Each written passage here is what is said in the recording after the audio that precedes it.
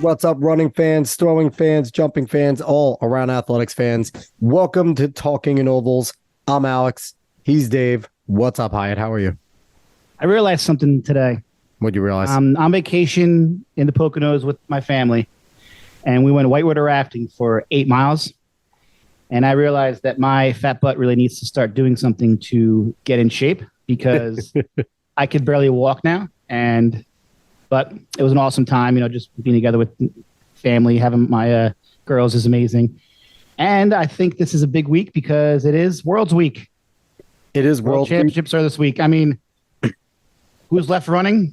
I don't know. It seems like there's just people pulling out every day for whatever reason, or we got high school kids testing positive, for illicit things. And it's just, it's crazy, but it's still going to be a phenomenal meet. And I cannot wait to be up at 3 a.m. because that's the only time that we can watch it live. So. And also already putting Oregon to shame with, I think it's 300,000 tickets already sold for Budapest, which I think already eclipses all the attendance for Oregon, which is kind of sad. But, maybe we'll do another episode. We'll give a full talk about how pathetic America's showing for track is. I think my favorite thing, though, that they added this year was not only do the athletes get medals, they're giving a medal to each coach.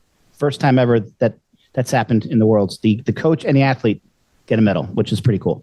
So maybe Kersey would have benefited from letting his athletes run. What is? I'm sure he has some medals sitting home from JJK or other I'm athletes. Selfish, and I want Sid, and I want a thing, and I do not care. Okay, I am a spoiled baby. But I have to hope that they know what they're doing, and it's all for some good reason that we don't know of. So we'll see. But before we get into all the fun stuff, today is Monday, August 14, 2023. That's when we are recording. It is pretty close to last week's episode, which was a fantastic one.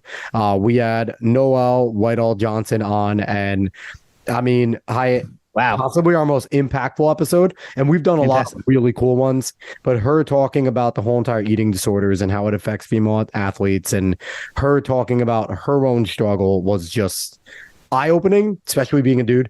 And we hear about it, but I've never heard anyone really go into detail. So, and her bounce back and her honesty and her willingness to discuss it and how that impacts her with her coaching and her female athletes. It was very, very, very empowering. And I suggest everyone go back and listen because I've known her since high school. We're both from Tom's River and graduated in 1996, and it was just so good to just see how great she is now and what an inspiration she is to so many young female athletes out there. Definitely. And I know you'll like what you hear there. So please give a like, share, follow, subscribe, rate us 5-star, Spotify and iTunes. Spread that show and all of our other shows word of mouth. Go find us on the socials at Talking in Ovals. Once again, we have no PRs this week. It's been a lull in terms of people sending us things. There's not a lot of people racing, people taking time off before cross country, which high school track gets going in earnest pretty soon. We have college, cross country. We have college cross country getting going pretty soon. So they should be rolling in. And I expect to be getting PRs from college from our guest that we have on today. So I just want to do a little story before I introduce this guest. So we're sitting there and we try to spread our stuff on social media, right? And all of a sudden, we get a little notification on Instagram.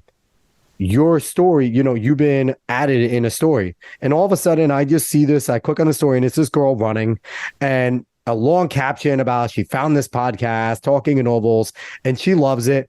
And I'm like, this is cool. Okay. And I thank her. And then next episode, boom, same exact thing with a different style. And I'm like, hi, and I think we have a super fan.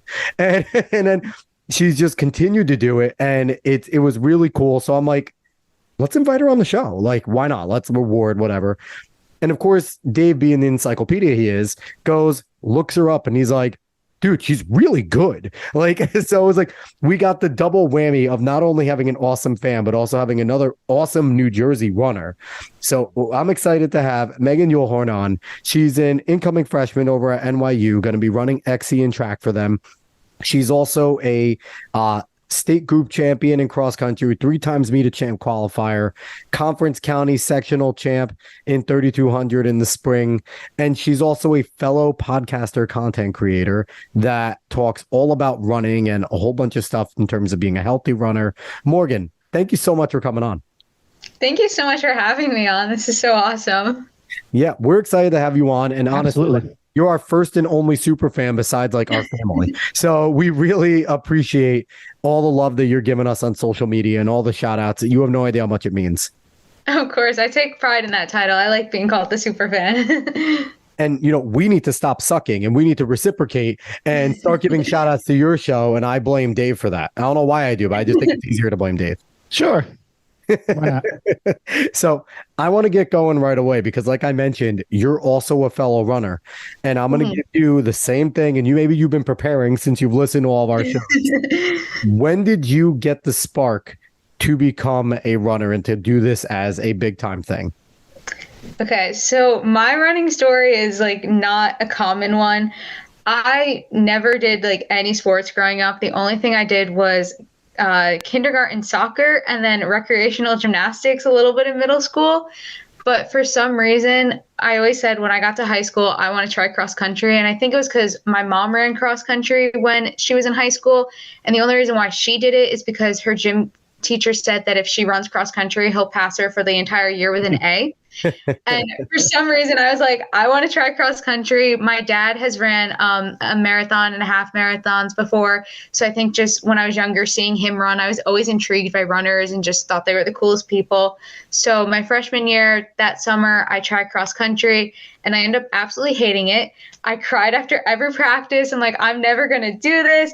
And, just like being like a new runner, someone who's never run before, I started to have like shin splints and like felt like stuff in my knees. So I think I'm like dying or something. I'm just like freaking out. I can barely run like more than 2 miles without stopping. I'm in all the freshman races and I'm like convinced I'm not going to do this next year. I'm just going to finish the season. But then one of my last freshman races, I actually won a medal in that race. I think it was at counties at Garrett Mountain. And it was like the first time that I've ever like won a medal. So I was like, wow, like this is really cool. And it made me realize like, okay, like maybe like I could get another medal next year if I try it again. So I finished the season and then I take a break from running and then I end up not running for a long time. And then COVID happens and I'm just like really bored in quarantine and my brother starts to run and I'm like, okay, if my brother's running and I'm supposed to be the cross country runner, maybe I should start running again. So I start running and that's when I like truly fell in love with running. I no longer hated it. I just started to have like runner's high and I just really enjoyed seeing like, oh, I can still run 2 miles. And then I was able to run 3 miles and 4. And I just slowly started to really fall in love with running. So I made it a goal for my sophomore season to just prove to my coach that I'd gotten better and maybe like run the 7 spot on varsity. And I was able to do that a little bit in the season. I did run the 7 spot. I still by all means was not the best runner, was coming in near the ends of races and just was running that 7 spot on my team. And then I'd never done track before either. But because I kind of got that taste of varsity, I was like, oh, I want to like maintain a varsity spot my junior year. So I trained really hard on my own in the winter. I went on the treadmill every day and just kept increasing the speed, which is probably not the best way to get faster, but that's what I was doing at the time. And I started to just strength train too. And then going into that summer, I had shaved about 2 minutes off of my time. Nice. But unfortunately, I dealt with a period of not eating enough unintentionally. I just didn't realize like I was running a lot more. So I just didn't have as much energy. So then when I started to realize like, oh, I need to eat a little bit more to sustain my training, that's when I had a running breakthrough out of nowhere. And I remember doing a time trial going into my junior year. And we did a 5K time trial in our home course and I ended up almost breaking 20. And I shaved like 5 minutes off of my time in the span of a year. Awesome. My coach and my teammates were like shocked. And then ever since then, I've just been loving it. I've done track since then and I've just consistently started to improve and just really fall in love with running and just racing in general too, just like learning how to race. And I feel like I'm still so new in the sport and just learning a lot. So it's been a crazy ride, but I've been enjoying every moment of it. I think that might be one of the first times that we heard someone say that they wanted to run cross country, that it wasn't because they got cut from some other team or this or that. Like, I want to run cross country because my mom ran it, because my mom got an A if she ran cross country. I think that's the first time that that one is unique. So you're from Lakeland High School? Is that where your high school is, Lakeland? Yeah. Where is that in New Jersey? Because Dave might know, because Dave knows everything, but I have no idea. Definitely north. It's in Wanacue, so it's northern New Jersey. Okay. See, Dave knows things. I know nothing. I'm like, we're into Ocean County. I know my little bubble of like Ocean, maybe a little Monmouth. Outside of that, I'm like, everything else is in New York City or Philadelphia. Like, so my mom grew up in Passaic, so you should know my mom's from Passaic, but no excuse then. No excuse. No. Listen, I don't go hiking New Jersey. I don't know anything else about my bubble, and now I'm in New York, so I like really don't know anything else about there. But so I love that. I think that's such a cool story, and I read what you like sent me a little bit, like things, and I'm like thinking to myself, I'm actually pissed that Dave and I didn't start the show like 2 years ago. Right. Because then maybe we would have gotten you as a senior, and one of us could have steered you to either Rutgers or Marist, because your untapped potential is incredible. And I think NYU is getting a really, really good absolutely project that you can, like, your passion for the sport, which I hope going to college doesn't break, because college does get more difficult, but it's like just the potential that you have to just get significantly better is awesome. So you end up having a lot of success in high school in a short time. Going to meet a champions 3 times, winning the 3,200 in your county conference section group on the track. Like, what was that like, having so much success in such a really short amount of time? Because coming from someone who, admittedly was never really an athlete, to now just boom, jumping into it, and now just you're winning races, and you're not only winning like small meets, dual meets, small invites, you're beating group girls that have been training from middle school, junior Olympics girls, and you're stepping up to the line with Emma Zawadzki, who's one of the best in the state, and with some of the other like really great runners in New Jersey. What was that like as you're now experiencing all the success? It was definitely really surreal, especially because my junior year, I kind of consider as like my first real year of racing, because that's when I started like placing higher meets and like actually like getting like first team all county and qualifying for groups after sectionals. So I was still learning like how to just genuinely race. And then going into my senior year, I set these goals. So I remember at the end of my spring track season, my coach and I made it a goal that I wanted to be on the podium for Meet of Champs during cross season. And I just remember like setting these goals and like really working hard during the summer, but just thinking like some of the things that happened during that season, I still don't believe actually happened, because I just never thought that those goals could become realities. But I think I watched my teammates, Angelina Perez especially, go on and like win everything. Yeah, and everything. Kind of seeing, she was amazing. To break 10 minutes is insane. She like lapped me twice during that race, and at the time I PR'd. It was like insane. But I think watching her win like all those races and everything, and then to find myself winning like the same titles as her in some cases, was just really even more surreal.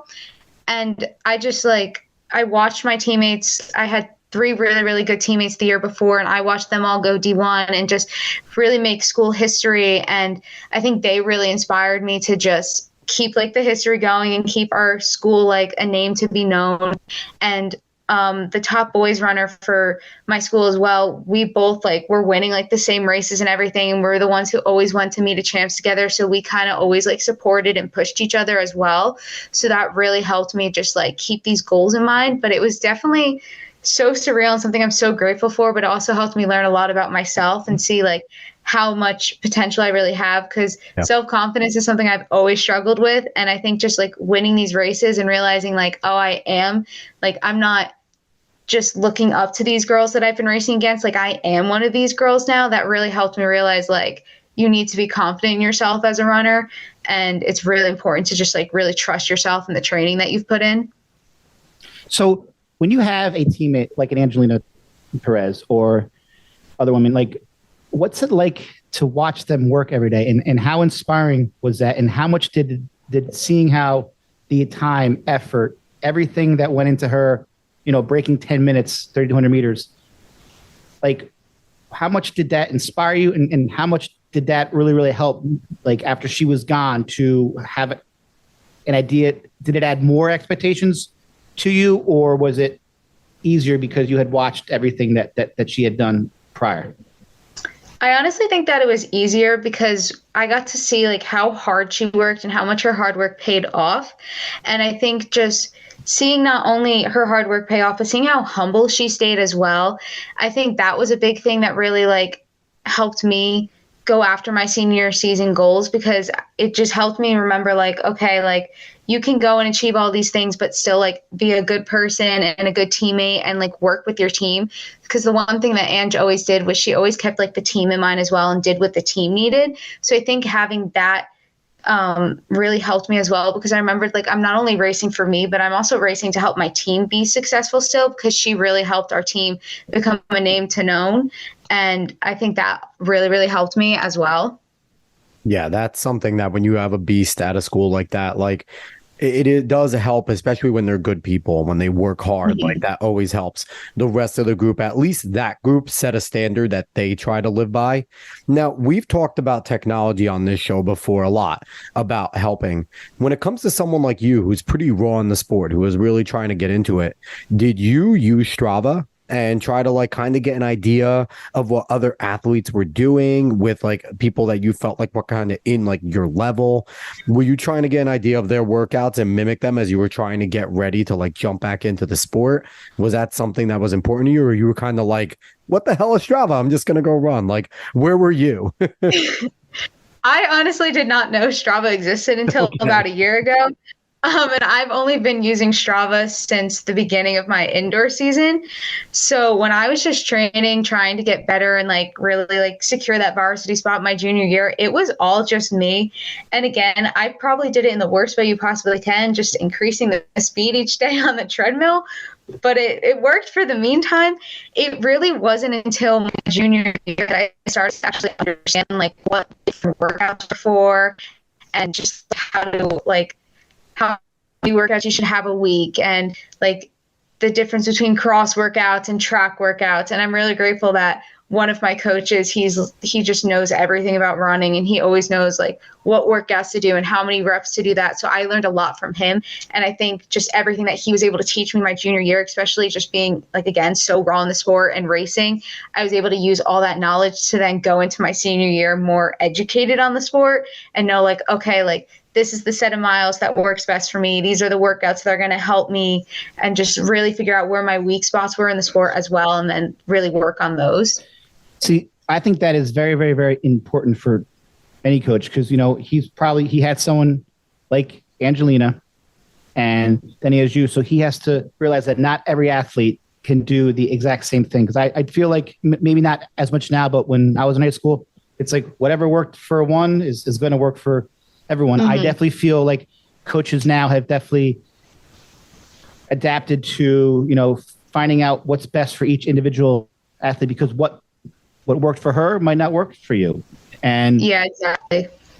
So I think that's vital that we're seeing so many coaches now that we've had on this show really have an understanding, that it doesn't have to be hard every day. Kids need rest, and it's mm-hmm. just, I just love the way that the sport is going in terms of how it's being coached for our young distance runners. And I just think we're just going to keep seeing so many wonderful times and athletes come from this. So one thing about you kept mentioning just like, how raw you've been to the sport, and like you still really are very new to the sport. Do you think that coming into this year, now you obviously had some success your junior year, so you set like good high marks for yourself senior year, but do you think it helped you to kind of be raw and be, for lack of a better terms, a little ignorant of like some of the other elite athletes? Like you obviously knew who they were, but you weren't racing with them as much. And we've talked about on the show how so many people just go to time trial and they'll use other athletes that are with them to time trial and try and get this and that.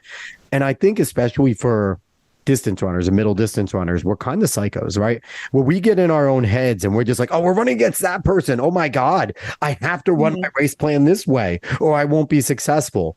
Did you just kind of coming in like raw, like, oh, let's see what I can do? Do you think that helped you when you went up to the line against some of these girls that have been doing this for so long and have had these expectations on their back for so long? Yeah, I definitely think that helped me a lot during cross, especially because, again, like coming off of my junior season, I would definitely had improved a lot, but I was not like top in the state or anything. I think I got 76th at XC Meet of Champs during my junior year, and then my senior year I ended up being sixth. So I think not knowing some of like the like obviously like I knew the names of like some of the top runners, but not knowing exactly like what their strengths were or their strategies really helped me be able to just focus on running my race. And that was something that my one coach always said is he goes, run your own race. And just keeping that in my mind really helped me just focus on like, okay, don't worry about what other people were doing, focus on what you can do and like your race plan. And I think just going in, like not having any expectations or not expecting someone to do like a certain move or whatever, because like I didn't know any of their strengths or weaknesses really helped me just focus on me.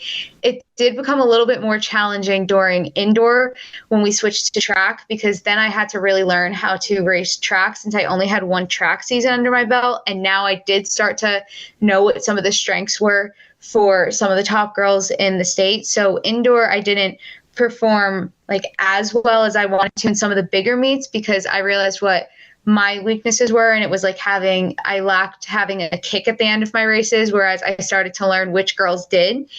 But then going into spring season, now understanding like that was my weakness, and now knowing how these girls raced, I was able to really like tackle both things at once and really work on my kick, but also like still run my own race, but also understand like how other girls are going to race, but not let it affect my race plan and like psych me out. That's awesome. Definitely. So, go ahead, Dave.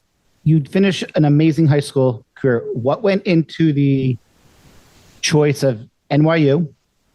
And was it an easy choice, or, you know, were you kind of mulling over many, many schools? Like what kind of attracted you to NYU? Was it proximity? Was it coaching? What made that the perfect fit for you? Because I mean, obviously it's an incredible educational institution too. So, you know, how much of an impact did that have? Yeah, so NYU has actually been like my dream school ever since I was really young. I had always seen myself like living in the city and like doing my schoolwork in a cafe, something like that. So in the back of my mind, I knew NYU was always my top choice, but there was that fear that like, one, I wasn't going to get in since it is such a prestigious school, but two, if I do get in, are we going to be able to afford it since it is also a really expensive school? Yep. It actually was the only D3 school that I was looking at. Everything else I was looking at was D1, and I did go on some D1 official visits and everything. So I did struggle at first with the whole D1 versus D3 thing. But something that my dad told me is that in this sport, division really does not matter because it's just you against the clock. So you can be great at any level. And once he said that, it really made me realize, like, I know I'm good enough to go D1 because I'm racing against girls and beating some of them that are going D1. And at the end of the day, that's all that matters is I know I'm good enough to go D1. So choose the school that makes me the happiest. And I ended up loving the coach at NYU the most out of all the coaches that I had talked to. I had the best relationship with him and just everything about the team and like its ambitions as well. Like they're a very distance heavy team and they have such a fresh team too. Like they're all still really young and they were able to go to nationals last year and the coach just has a lot of big goals for the team. So I think that also really helped draw me in. So eventually my schools came down to NYU, Pittsburgh, and Rutgers were like my three that I was going back and forth between. And then once I realized that I was going to be able to afford NYU because I ended up getting a really big academic scholarship, that's when I knew like, okay, like I'm going to be happy there running, but I'm also going to be happy there as a student. So God forbid I get injured or like the running is taken away from me. Like I know I'm still going to want to be there and that's where I'm going to be the happiest at.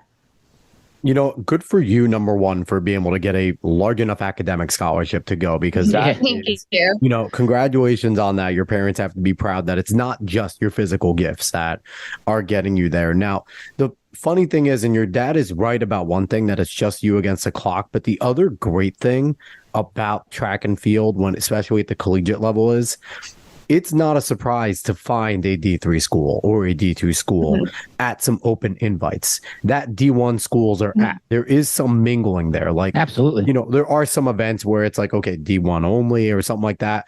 But for the most part, most of them are open invites. And I remember seeing NYU a ton at meets. I remember we raced against Manhattanville all the time. They were always around.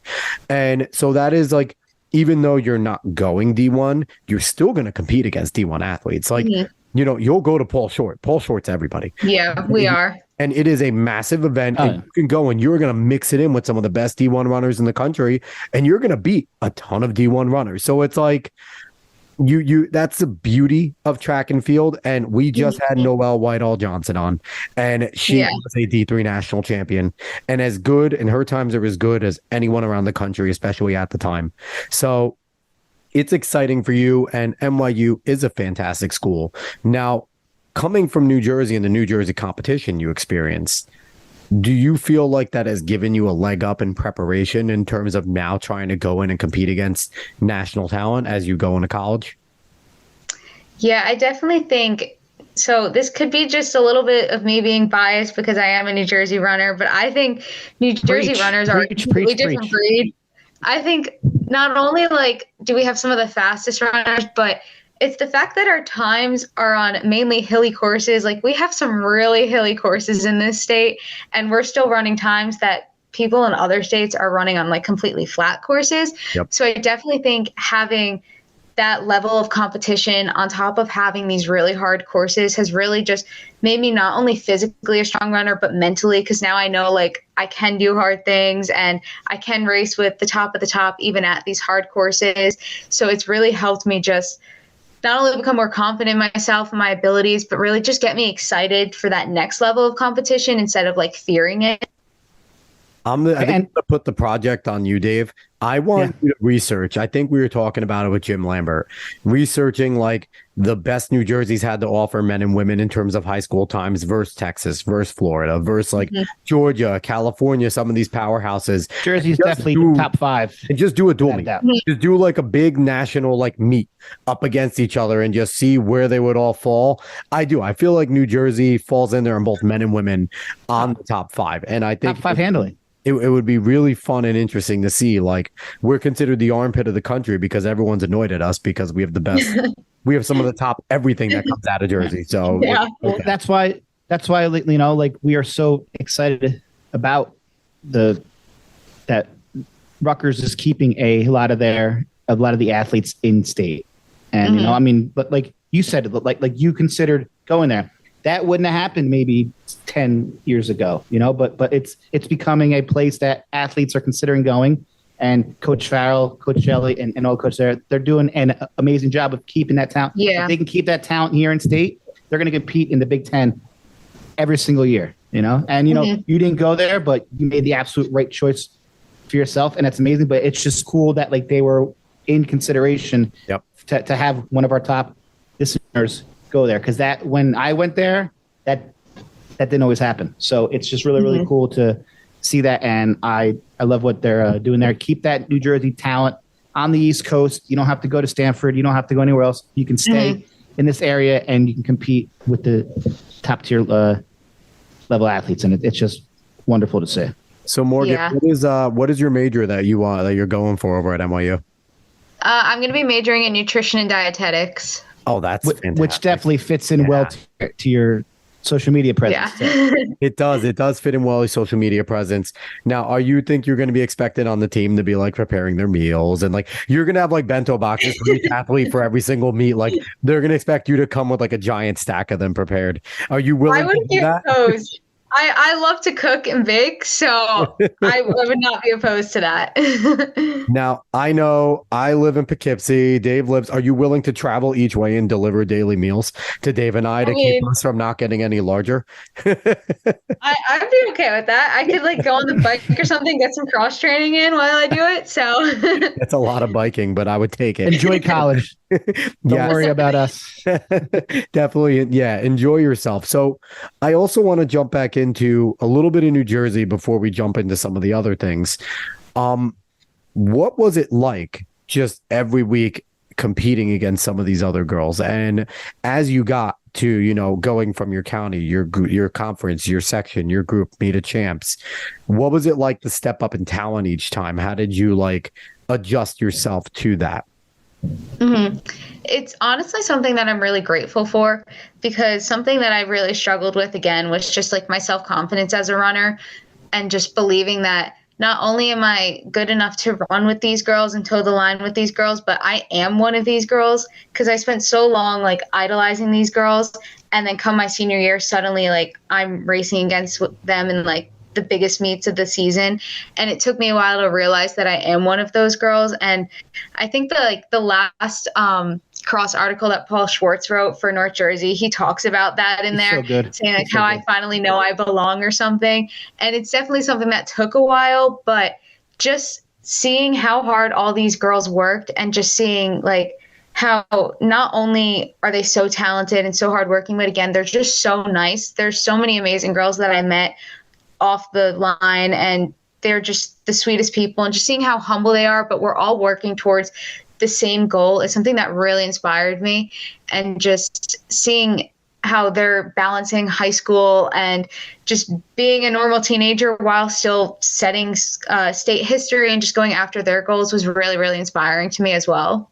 And that's a big mental shift that not every athlete can get, especially distance runners. I know I used to just rack my brain all the time. Can I do this? Can I do that? So the fact that you were able to figure it out in a short period of time definitely bodes well for the rest of your running career. Always feel like you put in the work. And I also think having those fast, wonderful teammates prior certainly really, really helped you build that self-esteem and the confidence in yourself to say, all right, that's this person, but they're also looking at me like I'm looking at them. And that's just a very cool mental switch that is not always easy to obtain.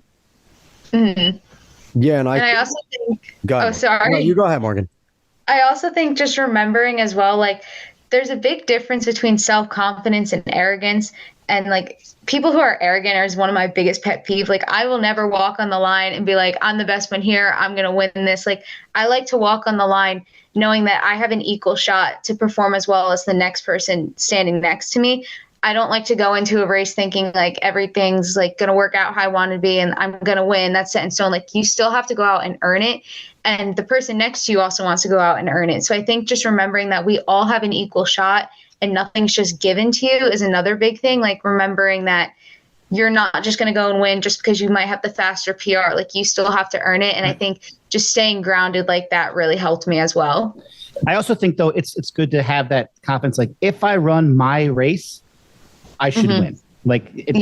That's not being cocky. Whether it's your county or a dual meet, if I run my race, I should win. I don't think that's arrogant in any way. It's just having that confidence in yourself. But when you expect it, because this is a sport that is very unpredictable. You don't know what's going to happen at any time in any race. We've seen so many upsets, so many things that don't happen. But just to put yourself on that same equal playing field, or just say, if I do run how I should, then I should probably come out here and put on a great performance. And to piggyback on that, what Dave said, it's okay to think we all have an equal shot, but I think also everyone should step up, be but all things equal, my best is better than theirs. I think that's kind of, it's a weird borderline thing to me, because in order to be great, you want to be humble, but you have to have a tiny bit of that narcissism, because you have to, you're going to step up in a sport that we compete in where you're absolutely trying to be the best. You have to believe that you can be the best. You want to be humble. You want to be, gracious in defeat, gracious in victory, all that stuff. But if you're walking up there looking at that girl going, yeah, we might both be able to win. Yes, but at the same time, it's we may both be able to, but I'm going to beat you. I think there needs to be that. It's having an edge. It's, again, confidence, but not cockiness. And it's I always made it a point to, when I got on that line, and I maybe treated this as a little psych out too, I shook everybody's hand on the line. I'd walk up and down the line, whether I was the first seed or the last seed. and I gave everyone a firm handshake and wished everyone a good race. And I don't know if some of them shook me off. And I started doing it freshman year when I was a little 5'0", had no business being on the varsity line against some of these guys that I absolutely idolized. And I remember some of them looking at me, just shaking me off. And I'm like, whatever. You shook my hand. You know who I am. And next time I see you, I'm going to do it again. And it was kind of like a mental game for me, but it was also good for me too to kind of do it every single time and have that belief in myself. So I agree with you. Everyone having an equal chance, being humble is a good thing, but have a little bit of an edge too, Morgan. You've done a lot of really good in a really short time. You just need to come in with a little bit of an edge. I will say though, like before, like especially during track, when I had grown in confidence as a runner compared to cross, I would say, like, before every race, like, I would talk to my parents, be like, what's meant to be is meant to be, but, like, I want this. Like, I'm going to go for it. And the thing I started doing is, like, I would say, like, a time, like, that I wanted to run. And I'm like, this is the time I'm going to run. If it's good enough to win, then it's going to win. But if so-and-so wants to beat me, then they're going to have to run faster than that time because that's what I'm running. And I think having that mindset really helped me as well because, like you guys said, like, I wanted to be humble, but I also learned how to be competitive. And that's something my coach always worked with me on as well. He's like, we got to find like some anger in you to like fire you up to go out and earn it and everything. Cause I'm a nice person. So I think trying to find that competitive side of me and like that edge is something that I had to really search for as well. I also think though, like that's something that's good to internalize. Like, oh, you always want to be humble and victory or defeat to your opponent. Yeah. You know, to have that inner self-confidence and maybe that inner arrogance or the inner thing is a positive, you know, and I think it's so different between the dynamic between sprinters and distance runners.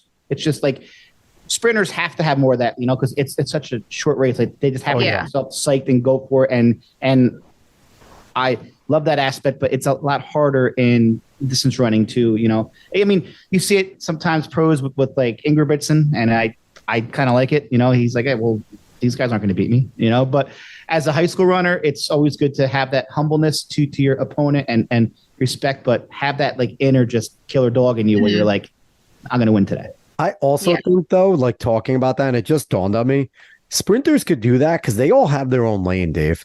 Like if you really think about it, they all have their own lane. Distance runners, we got to be close to each other for the whole race. It's real easy to just do an oops, like, and it makes it look easy. You know what I mean? Or just run a little bit too close. Like sprinters, they could be cocky because they have to stay in their lanes. Distance runners, I'm going to see that kid that maybe I pissed off that I just beat by a second or two. You know what I mean? So I'm not saying that it would happen, but we've all been in the backwoods in cross country. I'm just throwing it out there. Any runner listening that's done it knows exactly what we're talking about. It's not always a non-contact sport. It is never a contact sport when the coaches aren't there. But I will leave it at that. So Dave mentioned earlier, especially about your social media presence and that you have been able to find a really good balance and something that you talk about often between being an athlete and being a person. I think that, you know, Dave mentioned, especially distance runners, they get kind of neurotic. We all get kind of neurotic about times, about our opponents and things like that. And I've always said it's kind of a cult. And I think it's more for guys than it is for girls, because I've seen like girls can kind of still disassociate. Guys, they make it their whole entire personality. And I think it's a little, you know, I did my best in college to like separate myself from the cult, good or bad. Like I was still really close, really good friends with all my cross country and track guys, but I did other things as well.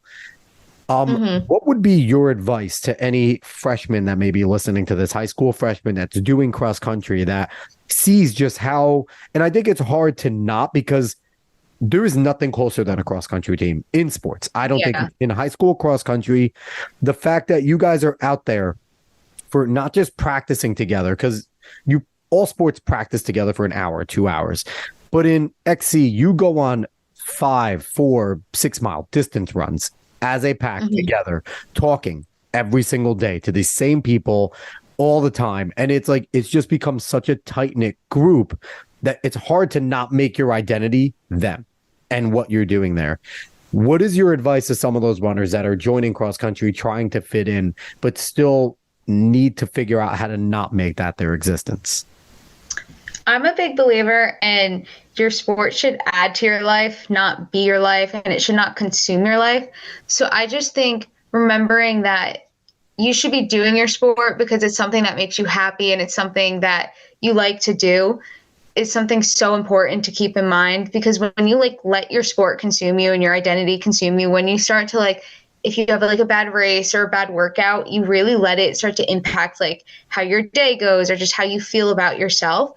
And I think it's so important to remember that like you're always going to be more than just a runner. Like the running will always be there, but like certain memories and like going out with your friends or whatever, those are opportunities that you're not always going to be able to have. They're opportunities that are like once in a lifetime type of things. Whereas like you can go on a run any day of the year that you want. So I would say just really find yourself outside of your sport, like keep other hobbies, keep other interests. And especially like you were saying, like cross country runners, like you're like a family. You're going on like 10-mile long runs on a Saturday morning when everyone else is still sleeping. Like definitely embrace the family that you have and appreciate the family you have, but don't only just run with them. Like go out and do other things as well, but also just like keep other people in your life as well that aren't runners. So you have different areas of your life to go to that are not just solely focused on running. Absolutely. So on your Instagram, you don't just focus on running. You have, you just give like daily things about, this is what I'm doing today. And then you're big on food and nutrition. What made you want to get this involved in social media? And do you feel that helps keep you grounded and helps you keep to be a well-rounded athlete and human being, because you're not just sharing, every single workout that you do or every run? I mean, that's certainly a part of it because that's a part of who you are. But how does encompassing all of your likes in life on your social media help keep you, grounded and the person that you are? Yeah, I definitely think that social media, I like to call it a highlight reel. People don't always share like the full story, and there's just always more that goes on behind the scenes. So I think just keeping it real and showing that realism that not everyone is showing not only helps keep me grounded, but it helps other people realize like not every day is sunshine and rainbows and not everything's always going to be perfect. Like you're going to go through hard times or you're going to have a bad workout or whatever it is. Just like accepting that you can't have the good times without having the bad times, and like everything happens for a reason. Like you're going to have ups and downs. I think sharing that on social media and kind of breaking the idea that everything's perfect and you have this picture perfect life really helps other people, but also helps me realize too, like I can get through hard things, and just like it kind of gives me something to look forward to help me get through like harder times. Like I've gotten through it before, I can get through it again. And just like looking back, like kind of like documenting my whole life on it, I can see like I have gotten through hard times or I had good times here, like they're going to be coming again. Do you not think, oh, go ahead, Dave. No, that's great. And I've talked to a few high school athletes or pro athletes or college athletes who definitely have a much bigger presence on social media. And they almost say to me, in a sense, it's almost therapeutic in a way that it helps them, like you say, like, when Facebook first came out, because I'm old, like everybody would just put like everything great. It was all positive, And we had MySpace, Dave. Don't lie. I had MySpace. Me and you both did.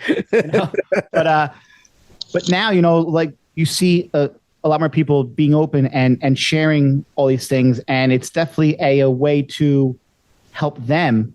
And also maybe what they are sharing can help someone else. So I definitely think that that's a very good aspect of social media.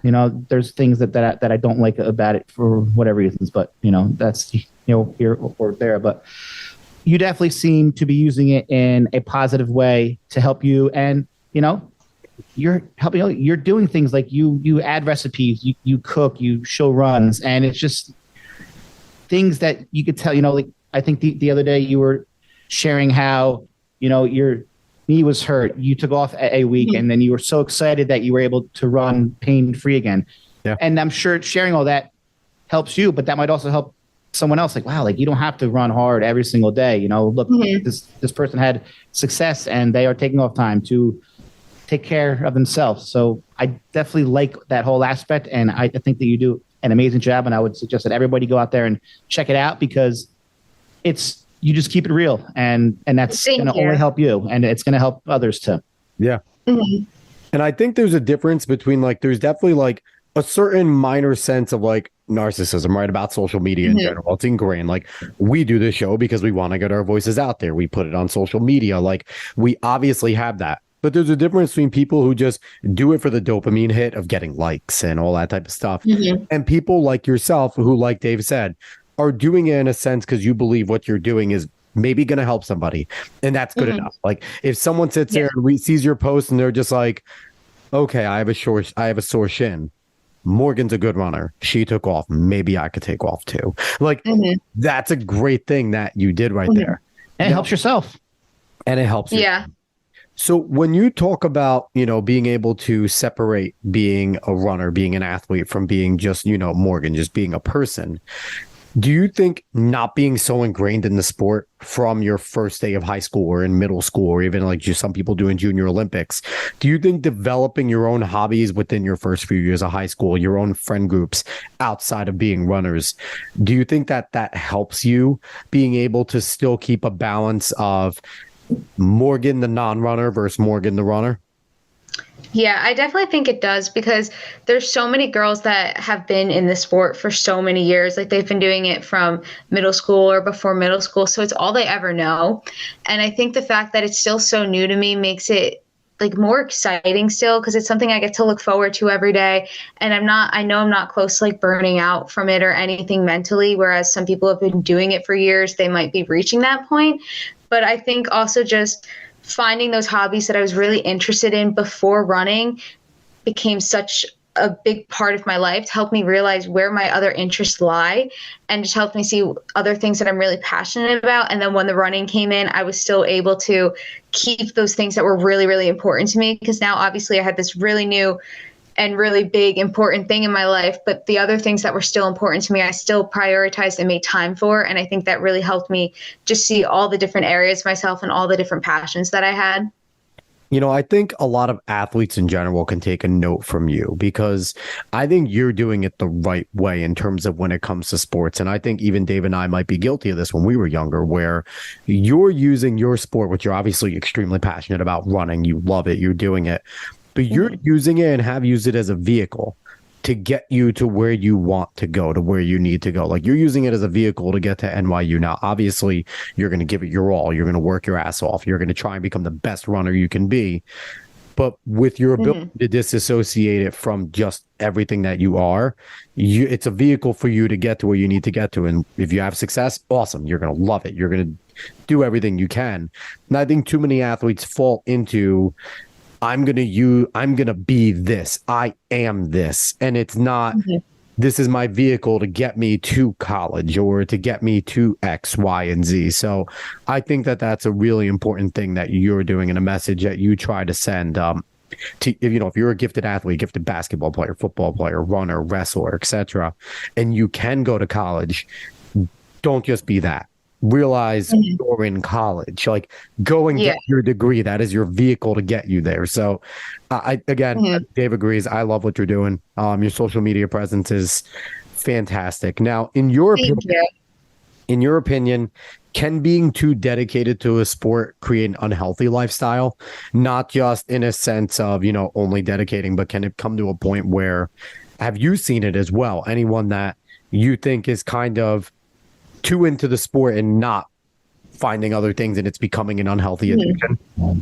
Yeah, and I definitely dealt with this at some point in my running journey. Like, in the beginning, like when I first started to really realize that I was improving in anything, I started to tie too much of my worth into my running performances. So if I had a bad workout or a bad race, I would get really down about myself, and I would dwell over it and just kind of perseverate over it. And that's when I started to realize, like, I can't tie so much of how I'm feeling into how I'm performing. And that's really what helped me be able to separate my identity from my running identity. So I definitely think if you're being too dedicated to your sport and you kind of feel like you're only living for your sport, you have to remember, like, your sport won't always be there. It can be taken away from you. Like, what happens if you get injured or something like that? You need to remember, like, that you're still human outside of your sport. You're still worthy. You still have other areas of your life that make you happy. Like, you don't want to let running be the only thing that dictates how you feel and how your mood's going to be, because it shouldn't be the sole focus of your life. It should be the thing that's adding to your life.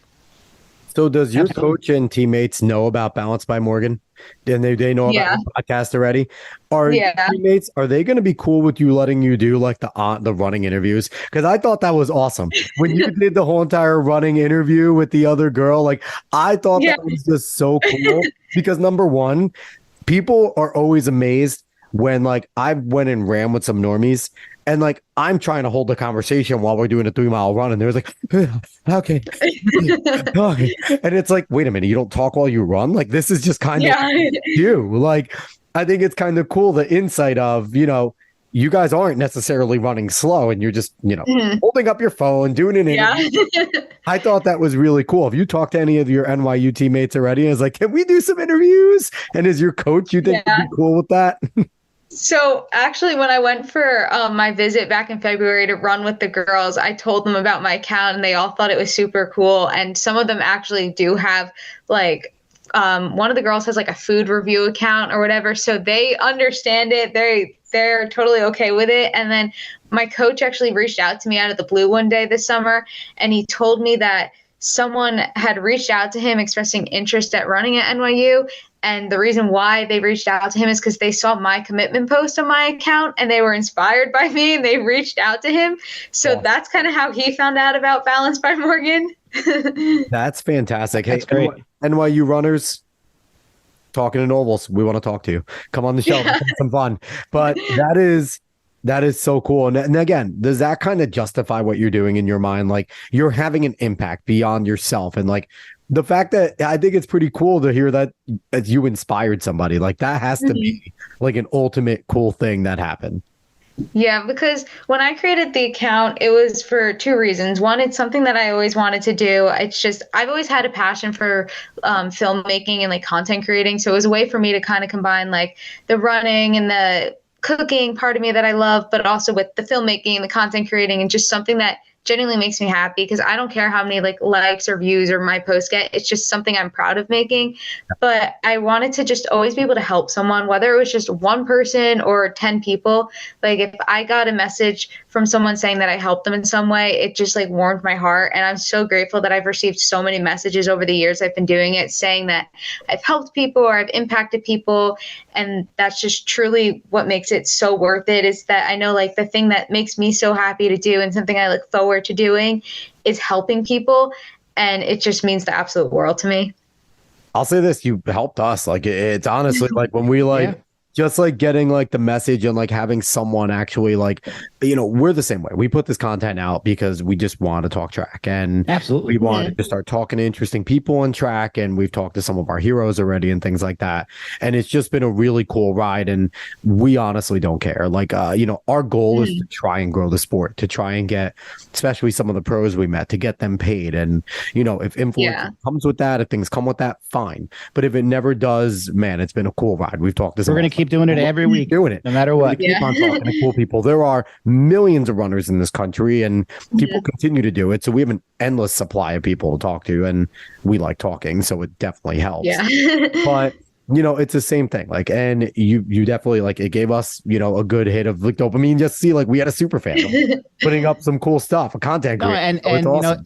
You know, and I feel like, you know, it definitely, you know, when we hit on Emma, and then, you know, you shared and everything, that certainly helped open us up more to the high school level athlete. And that's something that we really have an interest in, because it's just such a unique time in a person's life, whether, you know, like, because they do have to balance so many things, you know, one, just being a teenager, two, focusing on their sport, and kind of like you said, and trying to encompass their whole life and figuring out who they are as a person. It's a fascinating time. So, you know, when, you know, we were able to have on Emma, and then now you know, we definitely do want to have a lot of high school athletes on to share their stories, because, you know, because they're still at the beginning of their stories. So it's going to be great maybe if we have you on, you know, and like 3 more years, and we can just kind of continue this and just hear how you're going. That's something that definitely excites us, so that we can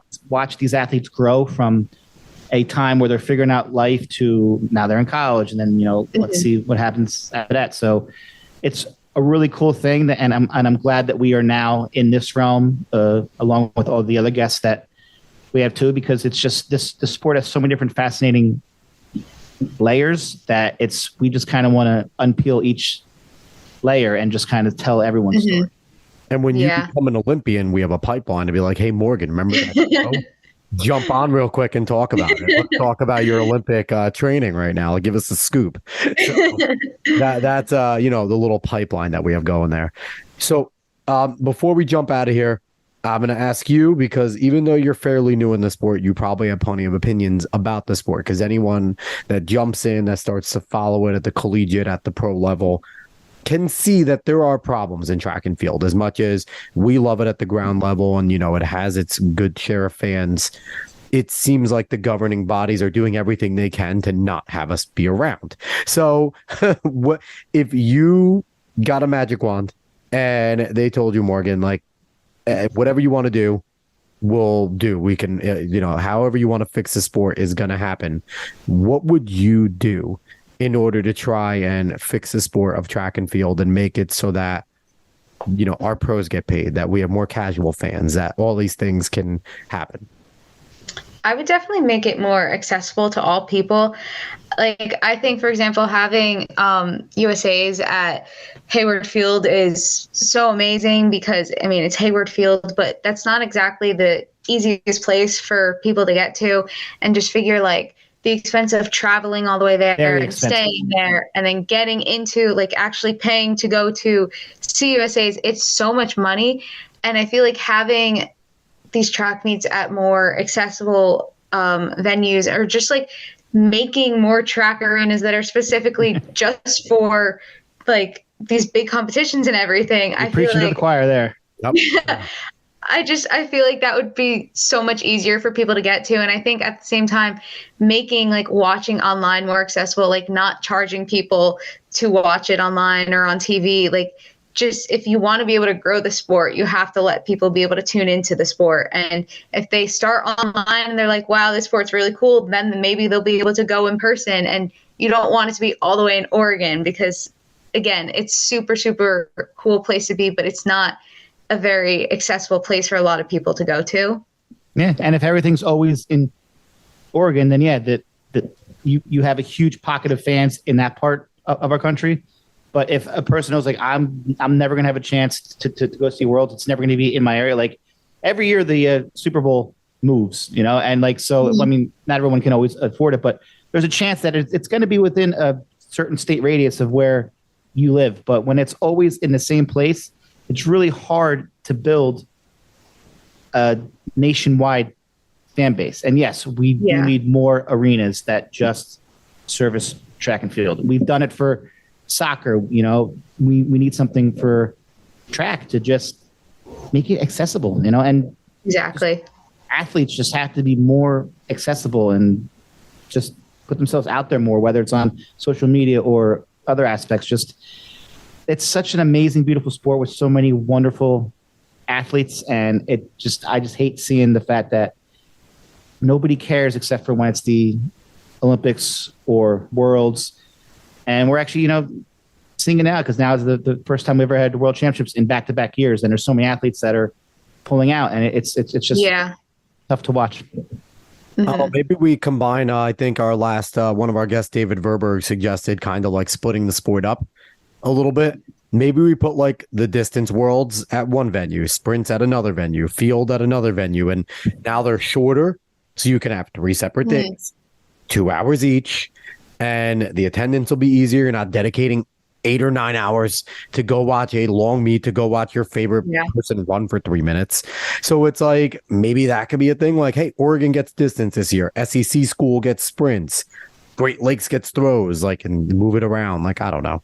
And maybe the 200-meter short track thing will help, because you could put a 200-meter track in the outfield of Yankee Stadium. Maybe. Who knows? Yeah. So there's a lot of ideas, but I do agree with yours. And I think that is absolutely true that we need to open up access and invite people to watch it and not hide the meets on Peacock. And speaking of this, that was funny. I don't know if you guys saw, I saw somebody put on social media, like, here's the list of everywhere that you can see every single race for USA track and field. And it's like, Peacock, CNBC, Peacock, USA, Peacock, NBC. And it's like, wait a minute. So you're telling me I still can't watch any of it? Like, I don't want to pay for Peacock. Like, I'm not going to lie. Like, I'm not like, I like 3 things on Peacock. One of them happens to be track. Like, I'm sorry.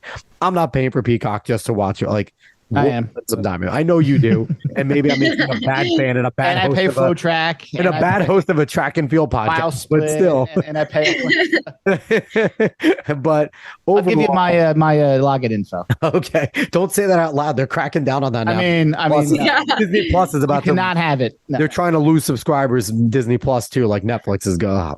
I digress. That can go into a whole entire different podcast. But I do like, I do agree that that is a major issue, that we're not inviting casual people to watch it because it's hard for diehard fans to go find it. Yeah. All right. I have one more question. Oh, Dave does.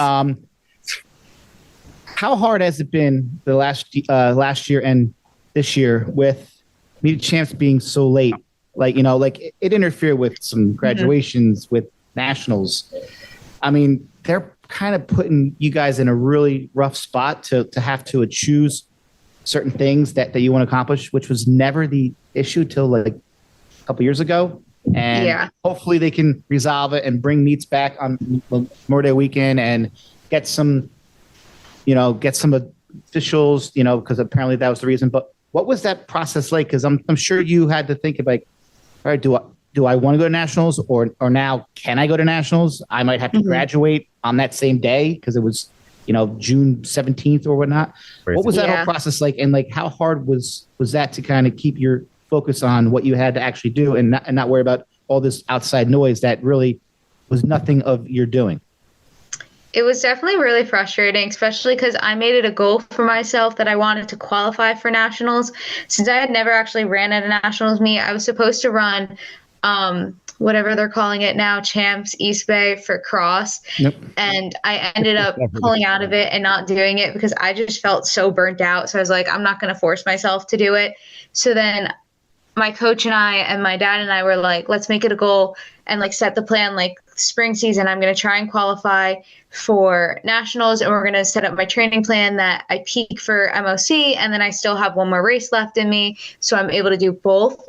And I had actually qualified for nationals. I was super excited, and then MOCs get moved, and then it ends up being my nationals race and MOCs were back to back, and I just had to make the decision, like, okay, like, do I want to run a really hard race at MOC and then go the next day to nationals and just give it whatever I have left? And that was my intention. I was like, what do I have to lose? Like, it's my senior year. And then the thunderstorms rolled in. So because of that, I wasn't able to go down to nationals and race because everything got delayed, and the race ended up being at like almost 11 o'clock at night, and it just wasn't convenient for us to go all the way down to Philly just for me to race at 11. So I definitely think that the championship meets should be moved up earlier so there's not confliction with nationals, because it was also really weird seeing so many of like the big names just drop out and not go to MOCs, and it felt very off. And I was talking to my teammate about it. We just felt like it didn't feel like MOCs. It just kind of felt like really weird. And I'm grateful I was able to place in the top 5, and I definitely think I would have been able to do that even if some of the big names didn't drop out. But it kind of took like some of that excitement away, like getting to race with like some of the top girls for one last time. I didn't get to do that, but yeah, no, it's a second year in a row. I think that's the most frustrating part. It's a second year in a row that, MOCs wasn't MOCs, and we've an easy fix before. And I think it sucks for you because you've listened to the show. You've heard the pride that some of our, guests that ran in the past beamed at. Not, some of them have won MOCs. Some of them just competed, and just being able to go to some of their schools and say, I'm a New Jersey Meet the Champs, medalist or winner. Like other schools can't say that, and it has weight. Meet the Champs has had weight in the past in terms of other places, and not saying that your place doesn't have weight. You took 5th. Yeah, you ran fantastic. But it does kind of suck the situation that New Jersey NJSAA put you and your fellow athletes in. So I'm hoping they can fix it. But good news is in your future, I see a lot of national caliber races anyway.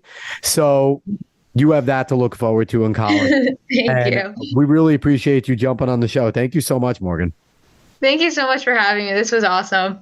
Best of luck, and NYU's getting a great raw runner whose future is definitely way ahead of her, and I can't wait to have you on again. Be like, hey, can you come back on this little podcast? You're probably doing bigger, better things, but come on back on. Hey, Morgan, the day after your national championship that you just won, can you please jump on the show?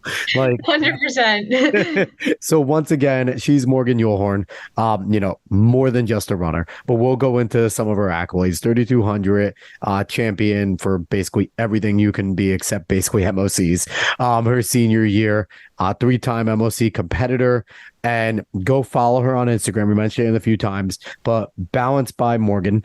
You could just go on there, follow her, and if you're just a casual runner, if you're not even a runner, go there, get inspired. You like good food. You like good food, go on there. Of course, Dave's going to yell about the food, but I'm not disagreeing. I'm not disagreeing at all. But go on there and you'll get some great content. You'll get someone who does it all with a smile too, and that always helps. A smile helps.